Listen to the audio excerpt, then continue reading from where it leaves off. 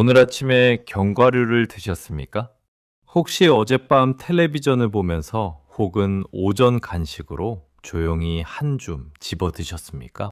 건강을 위해서, 뇌에 좋다고 해서, 아니면 그냥 손이 가서. 여러분 중 많은 분들이 그러셨을 겁니다. 그리고 그것이 잘못된 일이라고는 꿈에도 생각 못 하셨겠죠. 그런데 지금부터 드리는 이야기가 그 오랜 믿음을 완전히 뒤집어 놓을 수도 있습니다. 지금 이 순간에도 여러분의 콩팥 안에서는 아무 소리도 없이, 아무 통증도 없이 무언가가 조용히 쌓이고 있을 수 있습니다. 돌처럼 굳어가고 있거나 혈관벽에 달라붙고 있거나 작은 관들을 조금씩 틀어막고 있는지도 모릅니다. 무서운 것은 콩팥은 아프다는 신호를 보내지 않는다는 점입니다. 그래서 문제가 생겨도 알 수가 없습니다. 밤에 화장실을 자꾸 찾게 되고 아침에 눈을 떠도 머리가 멍하고 다리가 묵직하게 붓는 것. 그것을 그냥 나이 탓으로 돌리고 계시지는 않습니까? 부산 해운대에서 35년째 노년 건강연구소를 운영하고 있는 가정의학과 전문의로서 저는 수천 명의 어르신들을 진료해 왔습니다. 그분들 가운데 상당수가 병원 문을 열기 직전까지 이렇게 말씀하셨습니다. 몸에 좋다는 것만 골라 먹었는데 왜 이렇게 된 걸까요? 그 말씀을 들을 때마다 가슴이 무거워지는 이유가 있습니다. 정성껏 챙겨 드시던 바로 그 견과류가 알게 모르게 콩팥을 갉아먹고 있었던 경우가 너무나 많았기 때문입니다. 오늘은 세 가지만 기억하시면 됩니다. 60세 이후 조심해야 할 견과류 5가지, 반대로 콩팥을 살리는 좋은 견과류 4가지, 그리고 내일 아침부터 바로 실천할 수 있는 올바른 섭취 방법. 끝까지 함께 해주신다면 오늘 저녁 식탁이 달라지는 경험을 하실 수 있을 것입니다. 그렇다면 왜 하필 60세가 넘으면 예전에는 아무 문제 없던 견과류가 갑자기 문제가 될까요? 여기에 많은 분들이 모르고 계신 중요한 비밀이 숨어 있습니다. 콩팥을 정수기 필터로 상상해 보십시오. 새 필터는 빠르고 깨끗하게 물을 걸러냅니다. 하루에도 수백 건 혈액 속 노폐물을 쉴 새 없이 처리하죠. 그런데 필터가 오래되고 낡기 시작하면 어떻게 됩니까? 처리 속도가 느려지고 걸러내지 못한 찌꺼기가 조금씩 안쪽에 쌓이기 시작합니다. 그러다 어느 날 갑자기 아무 예고도 없이 막혀버리죠. 60세 이후의 콩팥이 바로 그 낡은 필터와 같습니다. 경북대학교 의과대학 연구팀 자료에 따르면 60세를 넘기면 콩팥의 여과 속도가 매년 약 1%씩 줄어든다고 합니다. 70세가 되면 30대 때와 비교해서 여과 능력이 30에서 40% 가까이 떨어집니다. 1시간이면 끝나던 일을 이제는 2시간이 걸려야 처리하는 셈이죠. 그런데 문제는 우리가 드시는 음식의 양과 종류가 젊었을 때와 크게 달라지지 않는다는 데 있습니다. 필터는 낡았는데 들어오는 물의 양은 그대로인 겁니다. 특히 견과류처럼 지방과 미네랄이 풍부한 음식은 콩팥이 처리하는데 훨씬 더 많은 에너지를 쏟아야 합니다. 정수기에 깨끗한 물 대신 흙탕물을 계속 붓는 것과 다르지 않지요. 필터가 버텨낼 수가 없습니다. 두 번째 문제는 혈관입니다. 나이가 들수록 혈관은 탄력을 잃고 딱딱해지는데 콩팥은 아주 가늘고 섬세한 미세 혈관이 촘촘하게 얽혀 있는 장기입니다. 녹슨 수도관에서 물이 제대로 흐르지 못하듯 혈관이 약해지면 콩팥은 노폐물을 충분히 걸러내지 못하게 되고 그 영향은 곧장 뇌에까지 이어집니다. 콩팥이 힘들어지기 시작하면 머리가 먼저 흐릿해지는 분들이 많은 것도 그 때문입니다. 생각이 느려지고 기억이 자꾸 흐릿해지고 집중하기가 어려워지는 것. 그것이 단순한 노화가 아닐 수 있다는 의미이죠. 세 번째는 수분 조절 능력입니다. 젊었을 때는 조금 짜게 먹거나 물을 적게 마셔도 신장이 알아서 균형을 맞춰줬습니다. 하지만 60세 이후에는 그 정밀한 조율 능력이 눈에 띄게 약해집니다. 이런 상태에서 소금에 볶은 견과류, 기름진 씨앗류 간식이 매일 조금씩 들어오면 콩팥은 쉴 틈이 없어지죠. 24시간 풀가동 상태. 그것이 바로 지금 여러분의 콩팥이 처한 현실일 수 있습니다. 그리고 여기서 가장 무서운 점이 있습니다. 콩팥은 아프지 않습니다. 만처럼 통증을 보내지도 않고 위장처럼 바로 불편함을 느끼게 해주지도 않습니다. 그래서 몸이 보내는 신호는 항상 간접적이고 대부분의 분들이 그냥 지나쳐 버립니다. 밤에 소변 때문에 자주 깨는 것, 아침에 일어나도 머리가 멍한 것, 다리가 쉽게 붓는 것, 집중력이 예전 같지 않은 것, 이것들을 그냥 나이 탓으로 넘기고 계시다면 오늘 이 영상이 정말 잘 만나진 인연이 될 수 있습니다. 지금 스스로 한번 확인해 보십시오. 요즘 밤에 화장실을 몇 번이나 가십니까? 한 번, 두 번, 혹은 세 번 이상이십니까? 세 번 이상이시라면 콩팥이 이미 한계에 다가가고 있다는 신호입니다. 아침에 눈을 떴을 때 발목이나 발등이 어제보다 더 부어 있지는 않으십니까? 오래 앉아 있어서 그런 거라고, 더운 날씨 탓이라고 그냥 넘기고 계시지는 않으십니까? 이런 증상들이 겹쳐서 나타나고 있다면 지금부터 드리는 이야기를 귀 기울여 들어주십시오. 어떤 견과류가 특히 60세 이후 콩팥에 부담을 줄까요? 35년간 진료 현장에서 직접 확인해온 사례들을 바탕으로 솔직하게 하나씩 말씀드리겠습니다. 지금 말씀드릴 5가지 중 최소 2가지는 이 순간에도 여러분 집 어딘가에 있을 가능성이 큽니다. 콩팥을 망가뜨리는 견과류, 첫 번째는 해바라기 씨입니다. 소리 없이 콩팥을 압박하는 가장 흔하고 가장 방심하기 쉬운 간식입니다. 여러분, 집에 해바라기 씨 있으십니까? 드라마를 보면서 야구 중계를 보면서 혹은 그냥 손이 심심할 때 무심코 한 줌, 두 줌 집어 드시는 분들이 많으실 겁니다. 작은 씨앗 하나하나가 고소하고 담백해서 먹다 보면 어느새 손이 멈추질 않죠. 많은 분들이 이렇게 생각하십니다.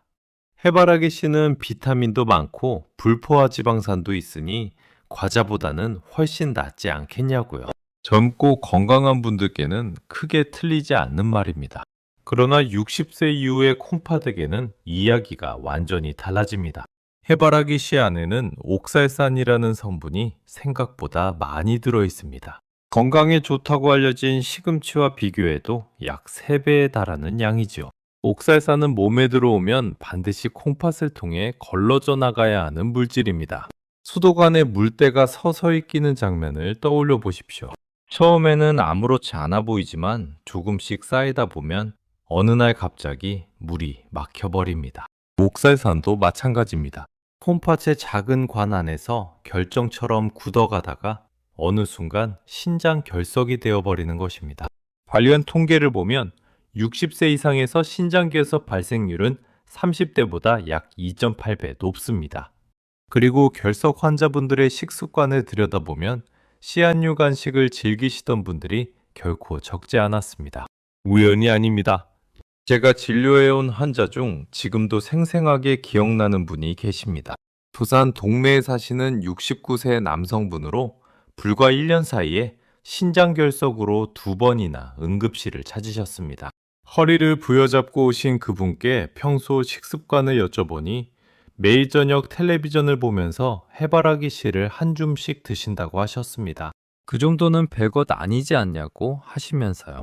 하지만 그 작은 한 줌이 60부세의 콩팥에게는 결석을 만들기에 충분하고도 남는 양이었습니다. 신장결석은 단순한 허리 통증으로 끝나지 않습니다. 몸 안에서 지속적인 염증 반응을 일으키고 그 염증이 혈액을 타고 뇌에까지 도달합니다. 그러면 마치 안개가 낀 것처럼 생각이 느려지고 집중이 흐트러지고 이유 없이 머리가 무거워집니다. 해바라기 씨를 매일 저녁 간식으로 즐기시는 분들 가운데 이런 증상들을 동시에 겪으시는 경우가 많은 이유가 여기에 있습니다. 그리고 특히 맥주나 막걸리와 함께 드시는 습관이 있다면 문제는 훨씬 더 심각해질 수 있습니다. 술은 몸을 탈수 상태로 만들고 탈수 상태에서는 옥살산이 훨씬 빠르게 결정화됩니다. 수분이 부족한 수도관에 물때가 더 빨리 끼는 것과 같은 이치입니다. 60세 이후에는 해바라기 씨가 더 이상 가벼운 간식이 아닙니다. 콩팥에게는 분명한 부담이고 쌓이면 위험한 도전입니다. 한 줌이 매일이 되기 전에 오늘부터 조금씩 줄여나가시기 바랍니다. 그런데 여기서 한 가지 더 짚고 넘어가야 할 것이 있습니다. 해바라기 씨처럼 몰라서 드셨던 경우도 문제지만 오히려 더 위험한 경우는 따로 있습니다. 몸에 좋다고 굳게 믿고 오랫동안 꾸준히 드셔온 식품들입니다. 이번에 말씀드릴 두 번째는 바로 그런 경우입니다. 그런데 이번에 말씀드릴 견과류는 성격이 조금 다릅니다. 해바라기 씨는 몰라서 드시는 경우가 많았다면 지금 말씀드릴 두 번째는 알고 드시는 경우가 대부분입니다. 오히려 콩팥에 좋다고 기운을 보충해 준다고 노인에게 꼭 필요한 보양식품이라고 굳게 믿고 드시는 것이죠. 바로 그 믿음이 문제의 시작입니다. 잘못된 믿음은 때로 무지보다 더 오래, 더 깊이 몸을 해칩니다. 왜냐하면 의심조차 하지 않기 때문입니다. 콩팥을 망가뜨리는 견과류 두 번째는 호박씨입니다. 10년 넘게 매일 드셔온 그 식품이 실은 매일 콩팥에 조용히 짐을 얹고 있었다는 이야기입니다. 제가 진료했던 환자 중 부산 수영구에 거주하시는 72세 여성분이 계십니다. 딸이 건강에 좋다고 권해줘서 무려 10년 넘게 매일 아침 호박씨를 한 숟가락씩 드셔왔습니다. 약 대신 먹는다는 마음으로 하루도 빠짐없이요. 비가 오는 날도 몸이 조금 안 좋은 날도 여행을 가셔도 꼭 챙겨서 드셨다고 합니다. 그 정성과 꾸준한 만큼은 정말 대단하다고 생각합니다. 그런데 정기검사 결과가 나왔을 때 그분의 표정이 굳어버렸습니다. 혈중 인산염 수치는 이미 정상 범위를 벗어나 있었고 콩팥 관련 호르몬 수치도 눈에 띄게 불안정한 상태였습니다. 뼈 밀도 검사에서는 골다공증이 상당히 진행된 것도 함께 확인되었습니다. 그분은 조용히 이렇게 말씀하셨습니다. 제가 먹은 게 문제였던 건가요? 그 한마디가 진료실에 한동안 무겁게 남았습니다. 10년 넘게 믿어온 그 건강식품이 매일 조금씩 콩팥을 힘들게 하고 있었다는 사실을 전혀 모르고 계셨던 것입니다. 왜 이런 일이 생기는 걸까요? 호박씨에는 칼륨과 인산염이 굉장히 풍부하게 들어 있습니다. 바나나 2개를 한꺼번에 드시는 것과 맞먹는 칼륨의 양이 호박씨 한 주 만에 담겨 있다고 생각하시면 됩니다. 숫자로 느끼기 어려우시다면 이렇게 상상해 보십시오. 매일 아침 바나나 2개씩을 10년 동안 꾸준히 드셨다면 그 칼륨이 콩팥에 어떤 영향을 미쳤을지 말이죠. 칼륨과 인산염, 이 두 가지는 우리 몸에 꼭 필요한 미네랄인 것은 사실입니다. 문제는 이것들을 60세 이후의 콩팥이 제대로 걸러낼 수 있느냐 하는 것이죠. 폐기물 처리 공장을 떠올려 보십시오. 콩팥은 필요 이상으로 들어온 칼륨과 인산염을 소변으로 내보내는 역할을 합니다. 공장 기계가 새 것일 때는 아무리 많은 폐기물이 들어와도 척척 처리합니다. 그런데 기계가 낡고 노후화되면 폐기물이 처리되지 못하고 공장 안에 쌓이기 시작하죠. 60세 이후의 콩팥이 바로 그 낡은 공장입니다. 칼륨과 인산염이 제때 배출되지 못하고 몸 안에 서서히 조용히 축적되기 시작하는 것입니다. 칼륨이 쌓이면 처음에는 그냥 피곤한가 보다 하고 지나치기 쉽습니다. 그런데 시간이 지날수록 증상이 하나씩 더해지기 시작합니다. 다리가 저릿저릿하고 쥐가 자주 나고 가슴이 두근거리거나 숨이 예전보다 쉽게 차는 느낌이 생깁니다. 조금만 걸어도 숨이 차고 계단 하나를 오르는데 예전보다 힘이 더 드는 느낌. 그것이 단순히 체력이 떨어져서가 아닐 수 있습니다. 심한 경우에는 심장 박동 자체가 불규칙해질 수 있는데 대한심장학회 자료를 보면 고칼륨혈증으로 인한 부정맥 발생률이 65세 이상에서 그 아래 연령대보다 무려 4배나 높게 나타납니다. 결코 가볍게 볼 수 없는 수치입니다. 인산염이 높아지면 또 다른 문제가 생깁니다. 피부가 이유 없이 가렵거나 뼈가 쑤시고 아픈 증상이 나타나기도 하고 호르몬 균형이 흐트러지기도 합니다. 수도관 안쪽에 석회가 서서히 끼는 것처럼 인산염은 혈관벽에 달라붙어 혈관을 점점 딱딱하게 만들고 혈압을 올립니다. 혈압이 오르면 콩팥의 미세혈관에 다시 부담이 가고 그 부담이 콩팥 기능을 더 빠르게 떨어뜨리는 악순환으로 이어지게 됩니다. 그리고 아까 말씀드렸던 그 72세 어르신의 골다공증 진행도 바로 이 인산염 문제와 연결되어 있었습니다. 인산염이 혈액 속 칼슘을 끌어당겨 뼈에서 칼슘을 빼앗아가기 때문입니다. 여기서 꼭 기억하셔야 할 점이 있습니다. 호박씨는 아몬드나 호두처럼 콩팥에 비교적 가볍게 작용하는 견과류가 아닙니다. 똑같은 한 줌이라도 호박씨가 콩팥에 얻는 전해질 부담은 다른 견과류와 비교해서 훨씬 무겁습니다. 같은 무게의 짐이라도 모래주머니와 깃털베개가 전혀 다른 것처럼 종류에 따라 콩팥이 받는 부담은 완전히 달라지는 것입니다. 요즘 들어 밤에 소변을 자주 보거나 다리가 자주 붓거나 이유 없이 피곤하고 숨이 예전보다 쉽게 차신다면 지금 드시는 호박씨가 현재 몸 상태에 맞지 않을 가능성이 큽니다. 호박씨는 모든 어르신들에게 두루 좋은 식품이 아닙니다. 콩팥 상태에 따라서는 독이 될 수도 있다는 것 꼭 기억해 주십시오. 콩팥을 망가뜨리는 견과류 세 번째는 땅콩입니다. 먼저 충격적인 숫자 하나를 말씀드리겠습니다. 식품의약품안전처 조사 결과 시중에 유통되는 땅콩 제품 10개 중 하나 가까이에서 아플라톡신이 검출되었습니다. 아플라톡신이 무엇이냐고요? 세계보건기구가 1급 발암물질로 공식 분류한 곰팡이에서 만들어지는 강력한 독소입니다. 눈에 보이지 않습니다. 냄새도 없습니다. 겉으로는 멀쩡하고 고소해 보여도 이미 독소가 깊숙이 스며들어 있을 수 있습니다. 10개 중 1개 가까이라는 수치가 어떻게 느껴지십니까? 결코 낮은 확률이 아닙니다. 땅콩은 다른 견과류와 달리 땅 속에서 자라는 콩류입니다. 수확 후 보관 과정에서 습기와 열에 노출되면 곰팡이가 매우 빠르게 번식하는데 특히 전통시장이나 재래시장에서 낱개로 구입한 제품일수록 검출률이 높게 나타났습니다. 명절 선물로 받은 땅콩, 시장에서 저렴하게 사온 볶음 땅콩을 오랫동안 상온에 보관하며 드시는 분들이 많습니다. 바로 그 습관이 위험의 시작이 될 수 있습니다. 이 독소가 몸에 들어오면 간과 콩팥이 동시에 부담을 받습니다.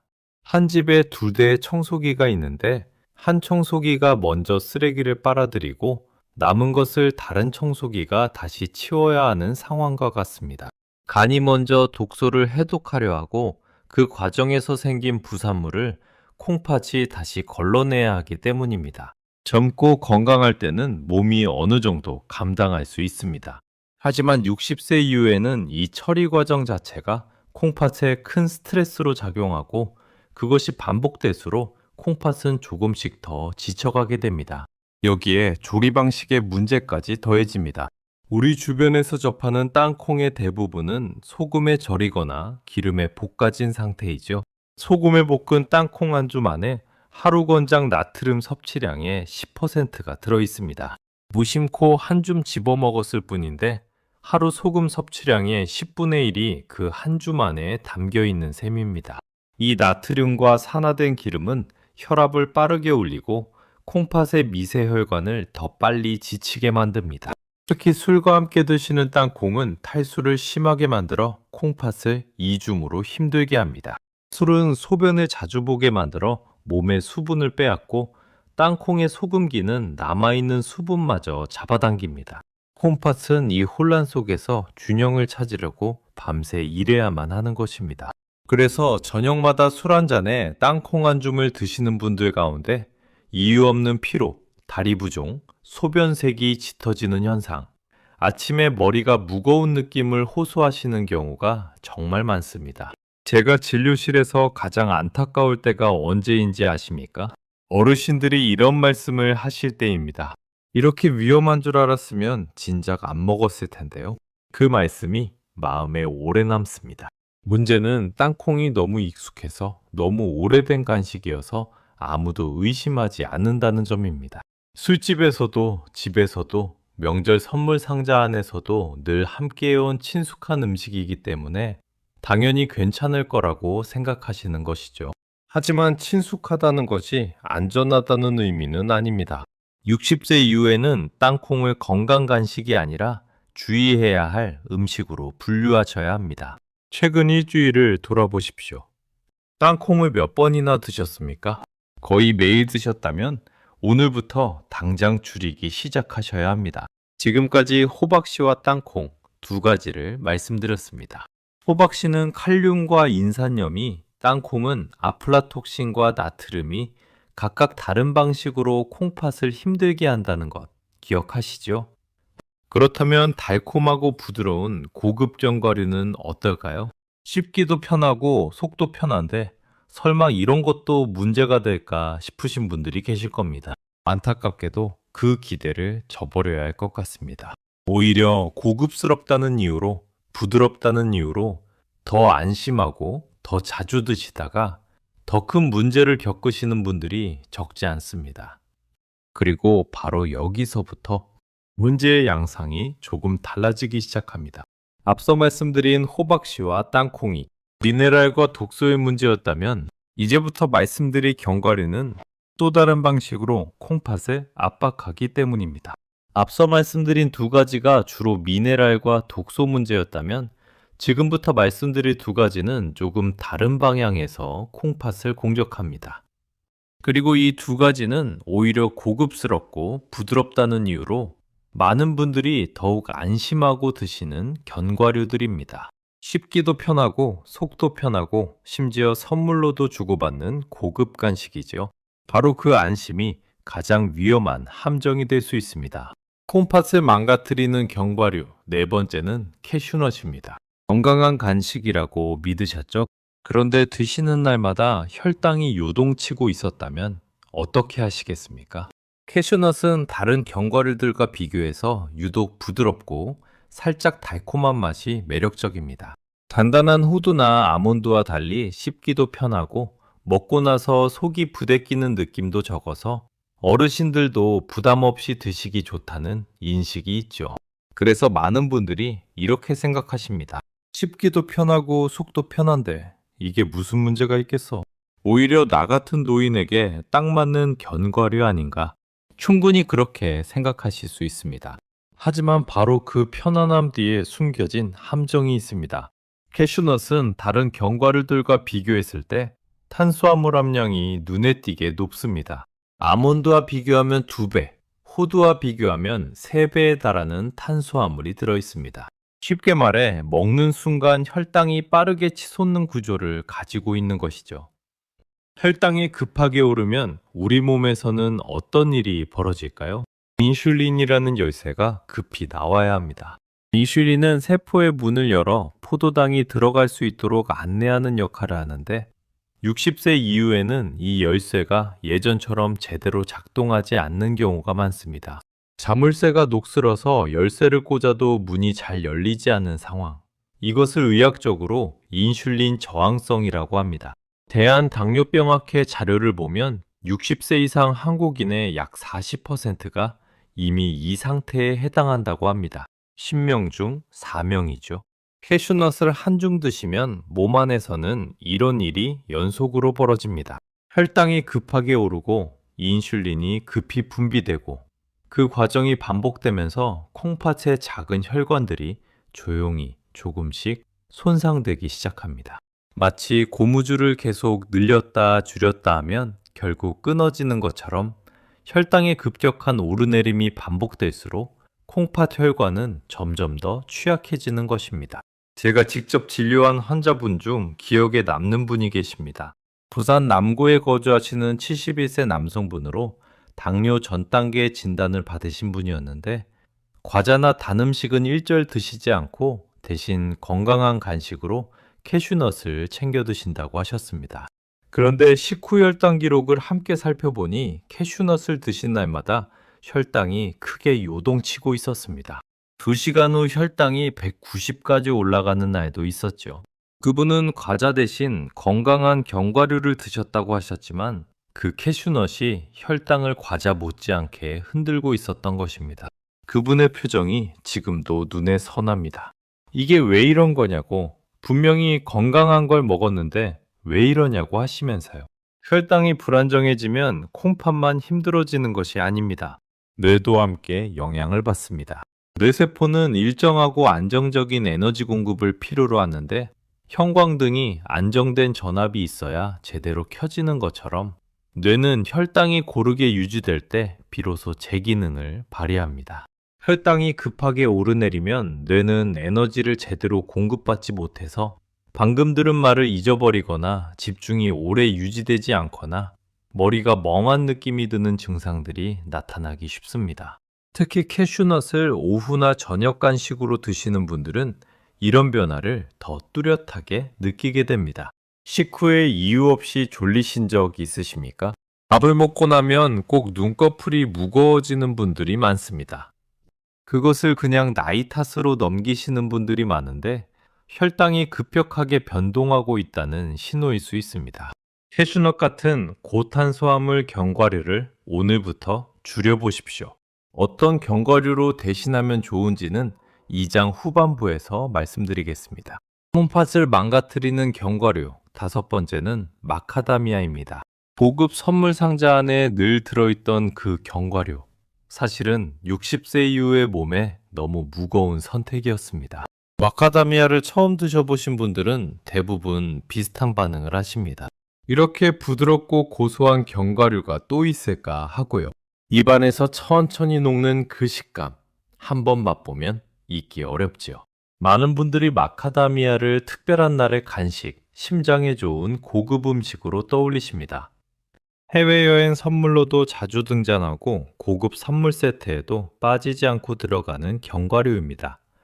심장에 좋다는 이야기를 어디선가 들으셨던 분들도 많을 겁니다. 그런데 이 고급스러움 뒤에는 노년의 몸이 치러야 할 대가가 조용히 숨어 있습니다.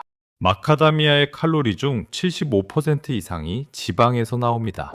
버터의 지방 함량과 맞먹는 수준이라고 생각하시면 됩니다. 버터를 매일 한 줌씩 드실 분은 없으시겠죠? 그런데 마카다미아를 매일 한 줌씩 드시는 것은 그것과 크게 다르지 않습니다. 젊고 소화 기능이 탄탄한 분들에게는 큰 문제가 되지 않을 수 있지만 60세 이후에는 이 많은 지방이 몸 전체를 지나치게 힘들게 만듭니다. 우리 몸의 소화기관을 하나의 공장 라인으로 생각해 보십시오. 위에서 시작해서 소장, 대장, 간, 콩팥을 거쳐 최종 처리되는 긴 흐름입니다. 젊을 때는 이 라인이 빠르고 효율적으로 돌아갑니다. 그런데 나이가 되면 라인 곳곳이 느려지고 군데군데 막히기도 합니다. 여기에 마카다미아처럼 고지방 식품이 매일 들어오면 어떻게 될까요? 라인 전체가 정체됩니다. 위에서 음식이 오래 머물고 소화되지 못한 지방이 장 안에 남아 염증을 일으키게 됩니다. 그 염증은 혈액을 타고 온몸으로 퍼지고 결국 콩팥에까지 영향을 미칩니다. 제가 진료한 환자 중 부산 해운대에 거주하시는 74세 남성분이 기억에 남습니다.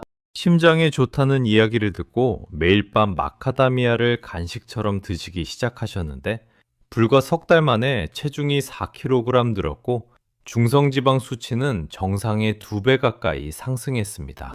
밤에 소변을 보는 횟수도 눈에 띄게 늘었고요. 검사 결과 콩팥의 여과 능력은 석 달 전보다 약 20% 가까이 감소해 있었습니다. 석 달 사이에 일어난 변화였습니다. 그분은 정말 믿을 수 없다는 표정을 하셨습니다. 심장에 좋다고 해서 먹었는데 콩팥이 이렇게 나빠진 것이 이해가 안 된다고 하시면서요. 그분의 그 표정이 지금도 눈앞에 선합니다. 대한소화기학회 연구에 따르면 고지방 식품 섭취 후 장내 염증 수치가 가라앉는 데는 최소 48시간이 걸린다고 합니다. 매일 마카다미아를 드신다면 몸 안의 염증은 가라앉을 틈도 없이 계속 쌓이고 있는 셈입니다. 이 만성적인 염증 상태는 결국 뇌에도 영향을 주어 머리가 무겁고 생각이 느려지는 느낌을 유발합니다. 속이 더부룩하거나 아침에 일어나도 머리가 개운하지 않거나 밤에 소변을 자주 보게 된다면 전날 저녁에 드신 마카다미아가 원인일 수 있습니다. 마카다미아는 젊은 몸에는 고급 간식일 수 있지만 60세 이후의 몸에는 아무리 고급스럽더라도 너무 무거운 선택입니다. 손주들과 더 오래, 더 건강하게 함께하고 싶으시다면 이런 고지방 간식은 조금 참으시는 것이 맞습니다. 여기까지 5가지 견과류를 모두 말씀드렸습니다. 한번 정리해 드리겠습니다. 첫째, 해바라기 씨. 옥살산이 신장 결석을 만들어냅니다. 둘째, 호박씨. 칼륨과 인산염이 콩팥을 과부하 상태로 몰아갑니다. 셋째, 땅콩. 아플라톡신과 나트륨이 간과 콩팥을 동시에 힘들게 합니다. 넷째, 캐슈넛. 높은 탄수화물이 혈당을 급격히 흔들고 콩팥 혈관을 손상시킵니다. 다섯째, 마카다미아. 과도한 지방이 소화기관 전체에 부담을 주고 만성 염증을 일으킵니다. 이 5가지 이제 확실히 기억하셨죠? 그렇다면 이제 자연스럽게 이런 질문이 떠오르실 겁니다. 그렇다면 도대체 어떤 견과류를 먹어야 한다는 말입니까? 모든 견과류를 끊으라는 이야기입니까? 걱정하지 않으셔도 됩니다. 그렇지 않습니다. 오히려 콩팥을 도와주고 머리를 맑게 하고 잠을 더 깊게 만들어주는 좋은 견과류들이 분명히 존재합니다. 지금부터 말씀드릴 4가지 견과류는 제가 35년간 환자분들께 직접 권해드리며 긍정적인 변화를 눈으로 확인해 온 것들입니다. 콩팥을 살리는 좋은 견과류 첫 번째는 브라질 너트입니다. 하루 단 하나, 그것으로 충분합니다. 만약 60세 이후에 단 하나의 견과류만 선택해야 한다면 저는 망설임 없이 브라질 너트를 권합니다. 이유는 단 하나, 셀레늄이라는 미네랄 때문입니다. 셀레늄이 무엇인지 쉽게 설명해 드리겠습니다. 우리 몸은 매일 살아 숨쉬는 과정에서 세포가 조금씩 산화됩니다. 채부치가 공기 중에 오래 있으면 녹이 쓰는 것처럼요. 셀레늄은 바로 이 녹을 막아주는 방청제 역할을 합니다. 콩팥세포와 뇌세포가 산화되고 손상되는 것을 막아주는 아주 중요한 물질이죠. 그런데 이 셀레늄이 노년기에 특히 부족해지기 쉽습니다. 부족해지면 손발이 차가워지고 쉽게 피로해지고 머리가 맑지 않고 면역력이 떨어지는 증상들이 나타납니다. 서울대학교 보건대학원 연구에 따르면 60세 이상 한국인의 약 35%가 셀레늄 부족 상태이며 셀레늄이 부족한 그룹은 인지기능 저하 위험이 1.8배 높았습니다. 10명 중 3명 이상이 셀레늄이 부족한 채로 살고 계신다는 의미이죠. 브라질 너트 하나 안에는 하루 권장량을 충분히 채우고도 남는 셀레늄이 들어있습니다. 그래서 한 알만 드셔도 충분합니다. 2알, 3알씩 드실 필요가 없고 오히려 많이 드시면 셀레늄 과잉으로 역효과가 날 수 있으니 꼭 하루 한 알만 지켜주십시오. 제가 진료하던 환자 중 부산 기장에 거주하시는 72세 여성분이 기억납니다. 매일 아침 머리가 무겁고 집중이 안 된다며 오신 분이었는데 검사 결과 셀레늄 수치가 매우 낮게 나왔습니다. 약 처방 대신 매일 아침 브라질 너트 한 알만 드셔보시도록 권해드렸죠. 3주 후 그분의 표정이 달라져 있었습니다. 아침에 일어나면 머리가 한결 가볍고 안개가 걷히는 것 같다고 하셨습니다. 물론 모든 분들께 똑같은 변화가 나타나는 것은 아닙니다. 하지만 셀레늄이 부족하셨던 분들께는 이런 경험을 하시는 경우가 적지 않았습니다. 콩팥을 살리는 좋은 견과류, 2번째는 호두입니다. 뇌를 닮은 모양에는 분명한 이유가 있습니다. 호두를 보면 뇌와 꼭 닮았다는 생각이 드시지 않습니까? 주름진 표면, 둘 쪽으로 나뉜 구조. 그것이 우연이 아니라고 생각하는 분들이 많은데 영양학적으로 보면 그 직관이 틀리지 않습니다. 호두에는 뇌 세포막을 부드럽게 유지하고 신경 전달을 원활하게 돕는 오메가3 지방산이 풍부하게 들어 있습니다. 뇌 세포막을 쉽게 설명해 드리면 세포 하나하나를 감싸고 있는 얇은 기름막이라고 생각하시면 됩니다. 이 막이 부드럽고 유연해야 세포와 세포 사이에 신호가 원활하게 전달됩니다. 마치 잘 기름칠된 경첩이 부드럽게 움직이는 것처럼요.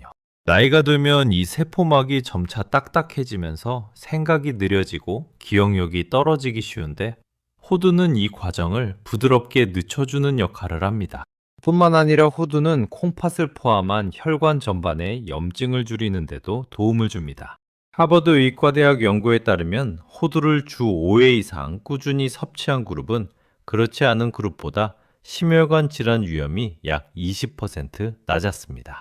혈액순환이 좋아지면 콩팥은 더 가볍게 일할 수 있고 뇌는 더 많은 산소를 공급받게 됩니다. 콩팥과 뇌 두 가지를 동시에 챙기는 셈이죠. 하루에 호두 반쪽 기준으로 6에서 7개 정도면 충분합니다.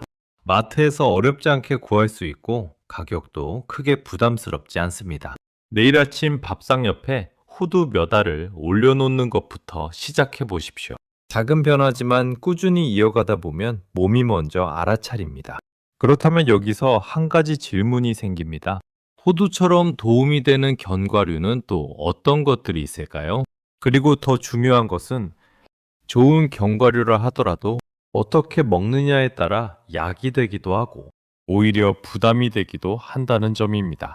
지금부터는 콩팥에 살리는 나머지 견과류와 좋은 견과류도 잘못 먹으면 왜 문제가 되는지를 함께 살펴보겠습니다. 콩팥을 살리는 좋은 견과류 세 번째는 아몬드입니다. 혈당을 조용히 안정시키는 콩팥의 든든한 방패입니다. 아몬드는 혈당 변동이 잦으신 분들, 당뇨 전 단계이신 분들, 식후에 유독 졸리거나 피곤함을 느끼시는 분들께 특히 잘 맞는 견과류입니다. 앞서 캐슈넛 이야기를 드리면서 혈당이 급하게 오르내리면 콩팥 혈관이 조용히 손상된다고 말씀드렸죠. 아몬드는 바로 그 혈당 변동을 완만하게 잡아주는 역할을 합니다. 캐슈넛과 한번 비교해 보겠습니다. 캐슈넛 100g에는 탄수화물이 약 30g 들어 있습니다. 아몬드는 100g당 탄수화물이 약 22g이지만 그중 식이섬유가 무려 12g이나 포함되어 있습니다.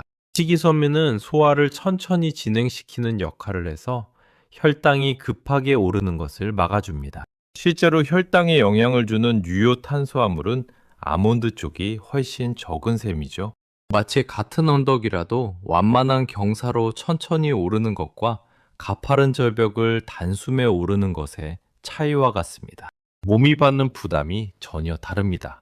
대한당뇨병학회 연구 결과를 살펴보면 아몬드를 간식으로 꾸준히 섭취한 그룹은 그렇지 않은 그룹보다 식후 혈당 상승폭이 약 30% 낮게 나타났습니다.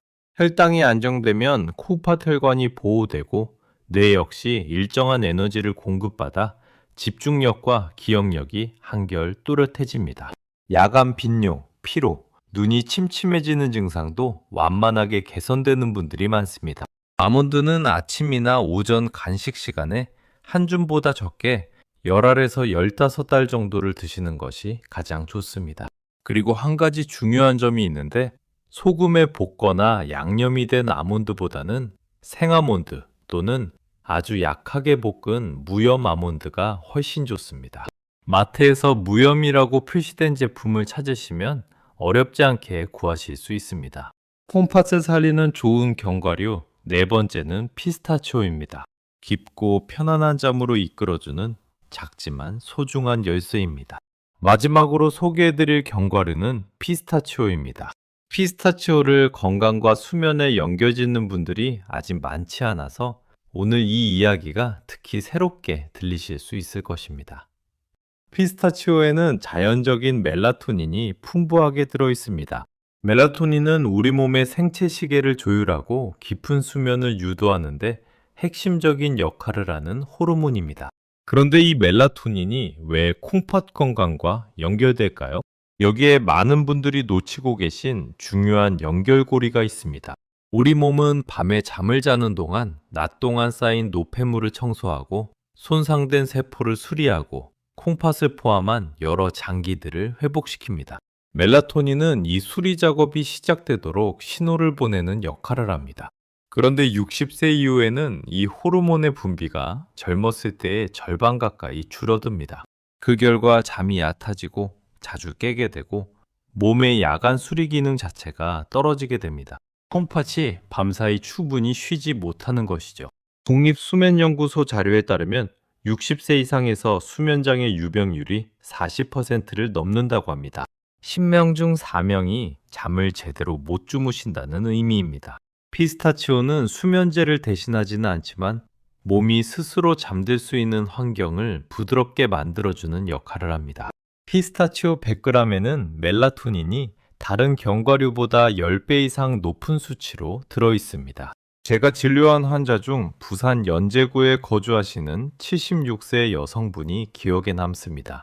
밤마다 4-5번씩 화장실을 찾아 잠을 제대로 이루지 못하신다고 하셨습니다. 수면제는 드시기 싫다고 하셔서 잠들기 1시간 전 무염 피스타치오 15알에서 20알을 드셔보시도록 권해드렸습니다. 3주가 지난 뒤 그분은 밤에 깨는 횟수가 2번으로 줄었다고 하셨습니다. 완벽한 해결은 아니었지만 몸이 스스로 회복하는 방향으로 조금씩 나아가고 있었습니다. 피스타치오는 취침 1시간 전 15알에서 20알 정도를 드시는 것이 가장 좋습니다. 물론 이때도 무염 제품으로 선택하셔야 한다는 점 꼭 기억해 주십시오. 자, 이제 4가지 좋은 견과류를 모두 말씀드렸습니다. 정리해 드리겠습니다. 첫째, 브라질 너트. 하루 한 알로 셀레늄을 채워 콩팥과 뇌를 보호합니다. 둘째, 호두. 하루 6에서 7개로 뇌세포막을 부드럽게 유지합니다. 셋째, 아몬드. 하루 10알에서 15알로 혈당을 안정시키고 콩팥 혈관을 지킵니다. 넷째, 피스타치오. 잠들기 전 15알에서 20알로 깊은 수면을 유도합니다. 이 4가지 기억하시죠? 그런데 여기서 끝이 아닙니다. 아무리 좋은 견과류라도 먹는 방법이 잘못되면 효과가 사라지는 것은 물론 오히려 콩팥을 다시 힘들게 할 수 있습니다. 지금부터 35년 진료 현장에서 가장 자주 목격해온 섭취 실수 5가지를 말씀드리겠습니다. 이것만 피하셔도 견과류 효과가 완전히 달라집니다. 실수 첫 번째, 아침 식사를 견과류로 대신하는 습관입니다. 많은 어르신들이 아침에 입맛이 없다는 이유로 견과류 한 줌과 커피 한 잔으로 아침을 때우십니다. 간편하고 건강한 선택이라고 생각하시는 분들이 많죠. 하지만 60세 이후의 몸은 아침에 안정적인 에너지와 충분한 단백질을 필요로 합니다. 견과류만으로 아침을 대신하면 혈당이 불안정해지고 오전 내내 머리가 빨리 피로해지며 집중하기가 어려워집니다. 견과류는 식사를 대체하는 음식이 아니라 식사를 보완해주는 간식입니다. 아침에는 밥과 계란 혹은 죽과 반찬을 드시고 견과류는 오전 10시쯤 간식으로 따로 드시는 것이 훨씬 바람직합니다. 실수 두 번째, 소금에 볶거나 설탕을 입힌 견과류를 드시는 것입니다. 조금 짠 게 더 맛있어서 달콤하게 코팅된 게 더 먹기 좋아서 충분히 이해가 됩니다. 하지만 소금과 설탕, 버터가 더해진 견과류는 나트륨과 당분이 권장량을 훌쩍 넘기기 쉽습니다. 이 성분들은 몸 안에 수분을 붙잡아 다리와 발을 붓게 하고 혈압을 올리며 콩팥을 쉬지 못하게 만듭니다. 아무리 좋은 견과류라도 여기에 소금이나 설탕이 더해지는 순간 그 이점이 반감됩니다. 마트에서 무염이라고 표시된 제품을 우선적으로 선택해 주십시오. 처음에는 조금 밋밋하게 느껴지실 수 있지만 며칠 지나면 견과류 본연의 고소한 맛에 익숙해지십니다. 실수 세 번째, 한 번에 많은 양을 무심코 계속 먹는 습관입니다. 견과류는 고소해서 먹다 보면 손이 멈추질 않습니다. 한 봉지 정도는 괜찮겠지 하는 생각이 자꾸 드시지요. 하지만 콩팥은 드신 양만큼 정직하게 일합니다. 한 봉지가 매일 반복되면 콩팥은 과부하 상태를 벗어날 수 없습니다. 하루 적정량을 미리 작은 그릇이나 종이컵에 덜어놓고 드시는 습관이 가장 안전합니다. 구체적인 양을 다시 한번 말씀드리면 브라질 너트 1알, 호두 6에서 7개, 아몬드 10알에서 15알, 피스타치오 15알에서 20알. 이것이 하루 적정량입니다. 종이컵 한 컵의 3분의 1에서 절반 정도 분량이라고 생각하시면 됩니다. 실수 네 번째, 오래 보관한 견과류를 드시는 것입니다.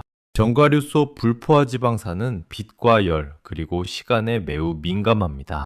오래 보관하면 겉으로는 멀쩡해 보여도 기름이 산화되어 있는 경우가 많습니다. 이 산화된 기름은 몸 안에서 염증 반응을 일으키고 콩팥과 뇌를 함께 지치게 만듭니다. 건강을 위해 드시는 견과류가 오히려 염증의 원인이 되는 아이러니한 상황이죠. 견과류는 개봉 후 30일 이내에 드시는 것이 원칙이고, 개봉 후에는 반드시 서늘하고 빛이 들지 않는 곳, 가능하다면 냉장 보관을 하십시오. 김치 냉장고의 야채 칸처럼 온도 변화가 적고 서늘한 공간이 가장 좋습니다.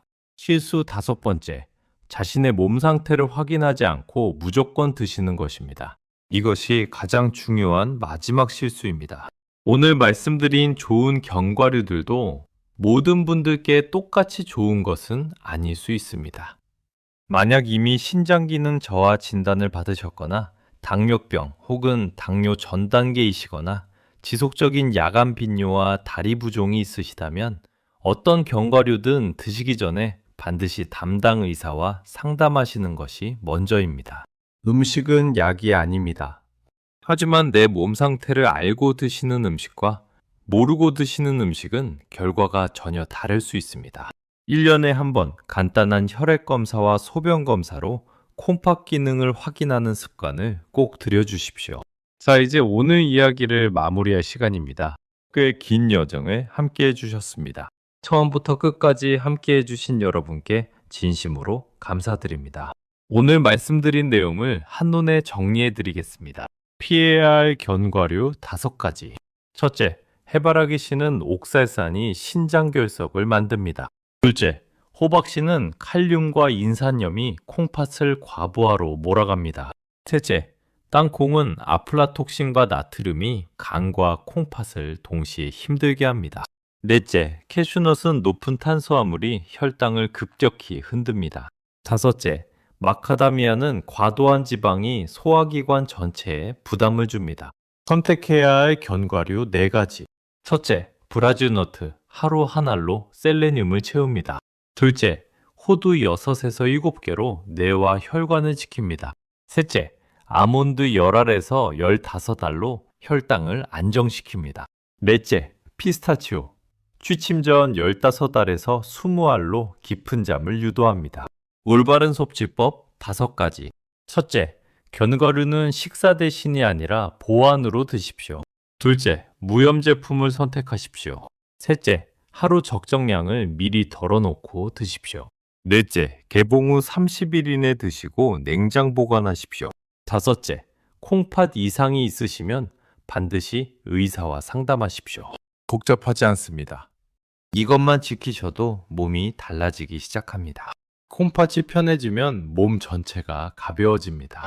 밤에 화장실을 찾는 횟수가 줄고 아침에 눈을 떴을 때 머리가 한결 맑고 다리가 덜 붓고 생각이 조금 더 또렷해집니다. 이것은 기적이 아닙니다. 몸이 원래 해야 할 일을 다시 할 수 있게 된 것, 그것뿐입니다. 여러분께 꼭 드리고 싶은 말씀이 있습니다. 시간이 흐르는 것을 막을 수는 없습니다. 하지만 어떻게 나이 들어갈지는 선택할 수 있습니다.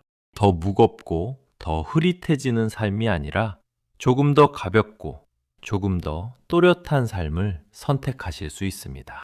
그 선택은 거창할 필요가 없습니다. 오늘 저녁 간식 하나만 바꾸셔도 충분합니다. 해바라기 씨 대신 호두 몇 알, 땅콩 대신 무염 아몬드 10알. 그 작은 선택이 내일의 아침을 바꾸고 한 달 뒤에 몸을 바꾸고 결국 남은 삶의 질을 바꿉니다. 사랑하는 가족들 곁에서 오래 건강하게 함께하고 싶으시다면 지금 이 순간의 작은 선택을 소중히 여겨주십시오. 건강은 거창한 결심이 아니라 매일 반복되는 작은 습관에서 만들어집니다. 오늘 영상이 도움이 되셨다면 좋아요와 구독, 그리고 알림 설정까지 부탁드립니다.